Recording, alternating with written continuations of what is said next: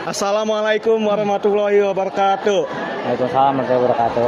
Perkenalkan, saya Chandra Altavia dari kelompok 3. Kali ini saya akan mempresentasikan tugas geografi saya. Kali ini saya bersama narasumber saya, yaitu Arvinda Putra Sedewa dari kelas 1210. Oke, langsung aja ke pertanyaannya. Kamu bisa ngejelasin nggak identitas kamu itu? Kalau identitas aku aslinya itu orang campuran, yaitu Sunda Betawi. Ayah aku orang asli sini, orang Pondok Jagung. Ibu aku ini orang asli yang bakal aku ceritain, yaitu namanya Kampung Sawah Pagedangan, Kabupaten Tangerang. Oke. Itu di dekat sama BSD sama Gading Serpong. Ya itu. Dari ke BSD ya, oke. Ya benar. Pertanyaan selanjutnya itu, kamu bisa ngejelasin nggak asal-usul daerah kamu itu gimana? Oh, kalau asal-usul daerah itu jelas. Jadi Kampung Sawah itu didominasi oleh persawahan berhektar-hektar sampai kayak sekitar 12, 13 bahkan sampai 11 hektar gitulah pokoknya. Oh, oke. Terus juga dulu tuh mata pencarian orang-orang itu ya bertani dan berternak gitu. Kalau kamu bisa jelasin nggak kondisi daerah kamu itu kayak sosial budayanya, cerita rakyatnya, sama peraturan desanya? Kalau sosial budaya di situ masih melekat banget ya kalau kata ibu aku dan aku yang rasa sendiri. Jadi kita tuh kalau mau menyambut bulan Ramadan, satu hari sebelum menyambut bulan Ramadan, di sore harinya itu setelah sholat asar ada yang namanya munggahan. Munggahan itu kayak jadi setiap rumah itu mengadakan acara tahlilan bersama. Jadi kayak satu orang ke satu rumah itu buat ngadain tahlilan, dan nanti orang yang ngadain tahlilan di rumah itu tuh bakal menyediakan makanan-makanan buat para warga yang datang. Boleh dibawa pulang kok. Nah, yang kedua tuh namanya rowahan. Itu sama tradisi, cuman beda waktunya. Kalau ini kita mau menyambut bulan Idul Fitri gitu. Dan juga kalau hari Jumat itu biasanya banyak bapak-bapak yang pada bersosialisasi, bekerja sama bergotong royong untuk membersihkan fasilitas-fasilitas umum di kampung itu, kayak masjid, misalnya kayak makam keluarganya dan lain-lain sebagainya. Seru banget itu tinggal di situ. Ya, Oke, seru banget. pertanyaan selanjutnya, seperti apakah sih letak geografis di desa kamu itu? Kalau dulu itu geografisnya itu berada di dataran tinggi dan rendah. Jadi kayak ada sungainya juga, ada sawahnya banyak. Terus ada kayak di situ ada namanya Gunung Batu kan, dekat situ. Mas sekarang kondisi geografisnya setelah ada pembangunan proyek dibeli sama BSD jadi berubah, jadi kayak merata gitu semuanya, jadi kayak perkotaan dan ya komplek lah pokoknya. Kamu bisa sebutin nggak hal negatif di desa kamu itu apa aja? Kalau hal negatif dan positif, hal negatifnya itu para warganya itu yang bermata pencarian pertanian dan juga peternakan itu jadi berubah. Jadi kayak orang-orang yang awalnya kerjanya dari bertani dan juga berternak itu jadi kayak harus berpindah profesi, jadi kayak kerja ke kota lah, kerja ke pabrik lah, atau kayak kerjanya tuh kayak jualan warung lah, kayak jualan warung-warung sembako dan juga warung-warung buat jajan anak-anak nongkrong kayak seblak gitu kan, makanan ciri khas orang Sunda, dan gorengan-gorengan dan nasi uduk yang lain-lain gitulah pokoknya. Kalau hal positifnya itu di sana banyak banget anak-anak muda yang suka main, kayak bocah-bocah gitu, kayak bocil-bocil yang anak-anak tuh masih kayak suka akrab banget sama kita, kayak apa-apa main gitu, kayak main tak benteng, main sepeda, main layangan, main bulu tangkis, bola dan lain-lain. Dan juga anak-anak milenial dan gadgetnya juga solid-solid banget kalau buat main-main kemana aja. Itu kalau hal positifnya sih. Solid banget itu pertemanannya. Banget. Oke. Menurut kamu nih, kita kan sebagai Gen Z nih, kita cocok nggak tinggal di pedesaan? Oh tentu di situ. Kalau di desa aku sekarang karena udah lebih modern, jadi cocok banget. Karena kayak desanya itu dekat banget sama kota kan. Terus juga desanya itu anak-anak muda Gen Z dan milenial yang karang tarunanya itu solid banget. Walaupun kayak kita nggak karang taruna, tapi kayak walaupun kita masih kayak seumuran atau seangkatan sama mereka itu masih bisa diajak main. Karena kayak aku sendiri yang sama mamang aku yang udah beda beberapa tahun, yang udah nikah, itu masih bisa ngobrol santai sama teman-temannya, apalagi sama teman-teman aku juga. Terus juga kayak kemarin tuh kita ngadain touring bareng ke Villa Puncak Bogor, cuman sayangnya gue nggak bisa ikut. Maaf nih. Kenapa karena tuh? Aku udah pergi duluan sama keluarga gitu. Oke. Ya. Makasih banyak ya. Ya, sama Chandra. Sekian presentasi dari saya. Wassalamualaikum warahmatullahi wabarakatuh. Assalamualaikum warahmatullahi wabarakatuh. Waalaikumsalam warahmatullahi wabarakatuh. Perkenalkan, saya Chandra Altavia dari kelas 1210 dan saya dari kelompok 3. Kali ini saya memiliki narasumber saya, yaitu Terini. Oke, langsung aja ke pertanyaannya. Terini ini asli mana?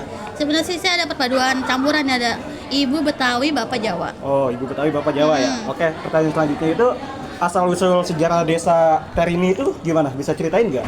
Asal usul di mana nih? Kan ada dua. Sebelumnya desa apa aja? Di Pemalang sama Dongkal ini.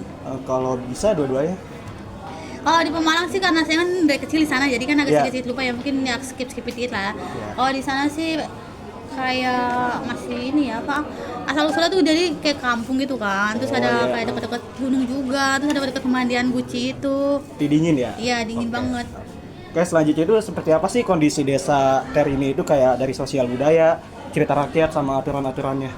Kalau sosialisasinya sih dia ini ya ke warganya bagus ya. Terus Iya. kalau misalkan kayak seni budayanya tuh sangat dijunjung tinggi karena itu kan masih perkampungan banget kan, ada istiadatnya juga masih di nomor satu kan di situ. Oh, oke. Oke, selanjutnya ini letak geografis desa Terini itu gimana? Dia sih dekat pegunungan sama kayak air perairan gitu ya, kayak Jadi- kali-kali gitu. Jadi masih sejuk banget, banyak pepohonannya juga. Terus kalau misalkan tuh kayak pertanian, nanam-nanam sesuatu tuh subur banget. Oke, jadi dataran tinggi ya? Iya, dan nanti. Halo semuanya, nama aku Karina Putri Irwan. Di sini aku mau nanya beberapa pertanyaan ke Cyril, hai guys. Oke. Nah, jadi pertanyaan yang pertama itu kita kan lagi bahas tentang pedesaan ya. Nah, aku mau nanya nih, sebelumnya kamu pernah kan tinggal di desa? Kira-kira tuh nama desanya tuh apa sih? Oke, jadi dulu aku pernah tinggal di Kota Tasikmalaya, tepatnya di Desa Indihiang. Oke. Terus di sana kamu berapa lama tinggalnya? Di sana aku cuma sebentar sih, cuman dari aku lahir sampai 2 tahun gitu, atau 3 tahun gitu. Oke, terus habis itu kamu langsung pindah ke kota. Ya, aku pindah ke Tangerang. Oh, oke. Nah, terus kira-kira kamu tahu nggak sih sejarah atau asal-usul dari desa kamu tersebut? Pokoknya, seingat aku itu kan, jadi itu tuh berasal dari dua Sanskerta gitu ya. Pokoknya intinya itu kayak dua bahasa Sanskerta. Yang pertama itu Indu, ikan Indihiang ya. Jadi Indu dan Hyang. Jadi Indu itu agama Hindu dan Hyang itu semacam apa ya? Kayak Tuhan gitu. Jadi pokoknya Indihiang tuh sebenarnya itu kayaknya karena dulu tuh kan Tasik tuh belum masuk Islam ya. Jadi dulu tuh daerah jajahan daerah kerajaannya ya kerajaan Hindu gitu. Oh, oke. Terus kira-kira kamu ada cerita apa aja sih dari situ atau kayak mitos atau legenda rakyat di situ? Seingat aku itu tuh kayak ada tugu gitu, tugunya aku lupa nama tugunya apa, cuman yang pasti ada tugu dan di tugu itu kamu tuh kayak bisa ngasih sesajen atau dupa, nanti kamu tuh kayak bisa dapet jodoh, bisa iya, jadi kayak itu kepercayaan mereka ya. Jadi sih aku nggak tahu, aku nggak pernah juga ke sana, cuman yang pasti itu tuh kalau misalnya berdoa di sana terus kayak ngasih beberapa sesajen gitu-gitu, itu bisa kayak dapet jodoh, dapet misalnya kayak mau lulus nih kemana gitu, doanya di situ katanya bisa apa ya, maksudnya bisa kecapai lah gitu. Kalau kamu sendiri percaya nggak sama hal-hal yang kayak gitu? Sebenarnya sejujurnya aku nggak percaya ya, tapi Menghormati ya. iya menghormati aja ya, tahu aja gitu. Oke, makasih. This is not pedesaan maybe. Ini ceritanya bukan pedesaan sih. Mungkin lebih ke sebuah tempat yang sudah berubah makna gitu ya.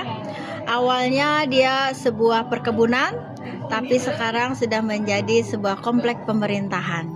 Bagaimana dampak dari sebuah kemajuan zaman ya, perubahan dari suatu perkebunan karet yang sangat lebat. Di sana pada zamannya perkebunan karet itu ada yang diambil getahnya. Seperti kita ketahui bahan bakar dari plastik adalah karet kan, bahan sejenisnya itu. Nah itu perkebunan karet itu di sekitar tempat tinggal saya dulu di daerah Tangerang sana, itu ada namanya suatu area perkebunan karet. Setelah itu ada pengembang datang dan dibuatlah komplek perumahan. Sampai sekarang kemajuan itu berubah sampai akhirnya space ada untuk satu wilayah ibu kota kabupaten. Nah di situ tempatnya pemerintah kabupaten berkantor sekarang. Ada alun-alun, ada kantor pemerintahan, semua aspek pendidikan dan pemerintahan layaknya berjalan seperti biasa. Dan kalau istilahnya kalian kan perlu mitosnya kan, kemarin ada cerita mitos. Cerita-cerita mitos itu kalau di zaman-zaman dulu karena electricity belum ada, mungkin lebih gelap ya, maghrib aja masih dianggap gelap. Nah disitulah mitos itu ada. Sebenarnya ini bukan mitos tapi lebih ke apa ya, sebuah larangan, kalau begini nggak boleh main gelap-gelap, nanti akan ada apa gitu. Sebenarnya ini lebih ke safety, jadi itu jadinya mitos. Menurut saya mitos itu nggak ketemu itu ya, cuma lebih untuk ngejaga diri aja. Kayak misalnya lewat jembatan jembatan. Kita mesti hati-hati nih, mesti bunyiin klakson karena apa? Pasti akan ada lewat makhluk gaib atau bukan makhluk gaib ya. Mungkin binatang-binatang kecil yang lewat akan terlindas oleh kendaraan kita. Seperti itu. Oke. Jadi sebenarnya tuh mitos tuh bukan cuma tentang gaib-gaib aja, tapi ada tentang untuk safety-nya berarti. Menurut saya ya, pengertian saya ngalami sendiri. Mitosnya nggak boleh pergi malam-malam. Ya itu sendiri karena buat ngejaga. Iya, sebenarnya buat ngejaga aja. Buat ngejaga. Ya.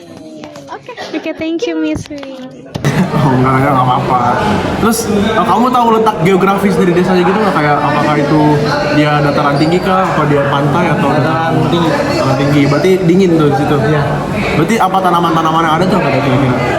Padi. Oh padi. Oh padi bisa di situ. Strawberry ada strawberry? Oh nggak ada. Pepaya. Oke. Pepaya tuh kalau di sana bilangnya gedang nggak? Iya. Oh gedang. Kalau misalnya gedang tuh ada pisang juga soalnya. Di Jawa mana tuh ya? Gedang di Jawa Barat kalau nggak salah gedang tuh pisang. Oke. Terus apa sih hal negatif yang sering terjadi di desa kamu tuh? Negatifnya paling banyak orang yang itu sih kayak motornya ribet balapan di Balapan liar. Emang ngeselin banget tuh balapan liar nih. Ngelompat berong-berong gitu. Iya. Oh itu hal negatifnya. Kalau udah hal negatif ada hal positifnya nggak? Kalau positifnya mereka toleransi, terus mereka juga Terus menurut kamu nih, Dio, itu Gen Z kayak kita gini cocok nggak tinggal di Sleman dengan hal-hal yang tadi udah aku tanyain? menurutku cocok sih karena lingkungannya belajar. Oke, sampai sini aja pertanyaan-pertanyaan yang aku tanyain. Makasih Diuko dan wassalamualaikum warahmatullahi wabarakatuh. Assalamualaikum warahmatullahi wabarakatuh. Nama saya Nani Sadira. Hari ini saya bersama narasumber saya. Diel dari 12 juga. Langsung aja ke pertanyaannya. Apa namanya? Berdasarkan pengalaman asal-usul daerah kayak gimana? Asal-usul daerah kamu? Kebetulan aku dari Jogja, jadi ya orang Jawa lah. Seperti apa kondisi sosial budayanya di Jogja? Di sana tuh ya orangnya ramah-ramah, terus kental akan budaya asli istiadatnya juga di sana masih jalan banget lah. Oke, kedua peraturan di Yogyakarta kayak gimana? Apakah ketat? Kalau di sana sih ya kalau misalnya bilang ketat sih enggak, cuman ada yang ditekankan lah. Ya, misalnya di Malioboro kan banyak aturannya, nggak boleh rokok, nggak boleh apa gitu. Adat istiadat kayak gimana? Iya di sana kan sangat menurut aku sangat kental akan adat istiadat. Mereka masih sangat menunjukkan lah mereka bahwa mereka tuh ada istiadatnya ini dan culture-nya banyak. Oke. Seperti apakah kondisi geografis di Yogyakarta? Kondisi geografisnya ya kan di sana tuh ada dataran tinggi, ada gunungnya, ada dataran rendahnya, ada pantainya juga. Jadi kadang-kadang panas, kadang-kadang dingin, kadang-kadang adem. Kalau misalnya panas banget, kalau lagi adem banget. Oke, lanjut ke pertanyaan selanjutnya. Cerita apakah desa tersebut di daerah kamu memiliki mitos atau cerita rakyat di tempat ini? Paling yang paling terkenal ya tentang yang pembangunan Candi Prambanan itu yang dia siapa ya namanya aku lupa. Dia minta membuat 1000 candi dalam satu malam, cuman ternyata nggak bisa kan. Terus si yang disuruh bikin candinya itu dia dikutuk jadi candi sendiri, candi terakhir. Oke. Dulu masih rendah sehingga hal-hal negatif masih sering terjadi. Maling untuk beli minuman masih sering. Atau malak masih sering terjadi. Biasanya yang dipalak ya orang-orang pendatang yang punya usaha gitu. Kalau menurut Bapak sendiri, Bapak ada solusi nggak misalnya mau memperbaiki itu, menurut Bapak gimana? Ya salah satu solusinya adalah dibuat sibuk bekerja. Karena ketika orang banyak nggak bekerja, pikiran-pikiran negatif pasti muncul. Udah gitu kalau pendidikannya rendah, ya jangan mau nyari kerja, sehingga muncullah hal-hal negatif Gitu. Berarti dimulai dari pendidikan dulu ya Pak? Pendidikan utamanya. Siap. Terus menurut Bapak nih, Gen Z kayak saya sama teman-teman saya itu cocok nggak kalau tinggal di kampung Bapak itu? Oh cocok kalau mau jadi mafia baru. Cocok kalau mau jadi preman.